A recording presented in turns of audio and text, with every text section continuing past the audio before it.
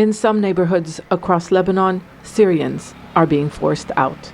They're increasingly facing a hostile environment.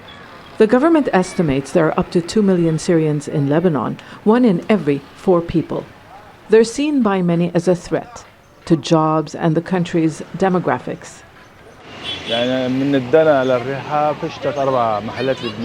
Abu Abdallah tells us most of the shops in this market are owned by Syrians.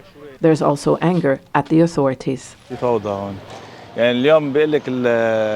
aren't managing the crisis. One day the internal security acts against violators and then they don't do anything for years. In the latest crackdown, security forces are closing shops illegally owned by Syrians, and they're looking for those without formal residency.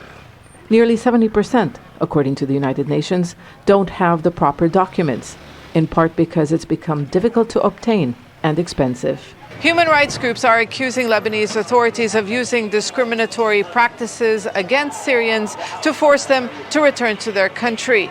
They include deportations, often without judicial review. The United Nations Refugee Agency says it is concerned how the new measures will affect those who need protection.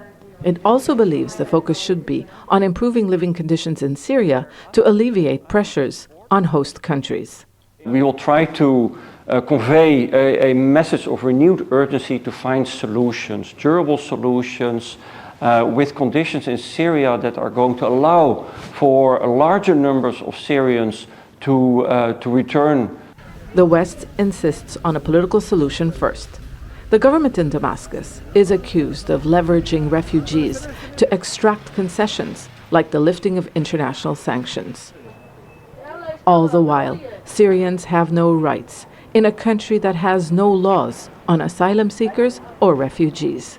I haven't seen my mother in 12 years, but how can I return to my country?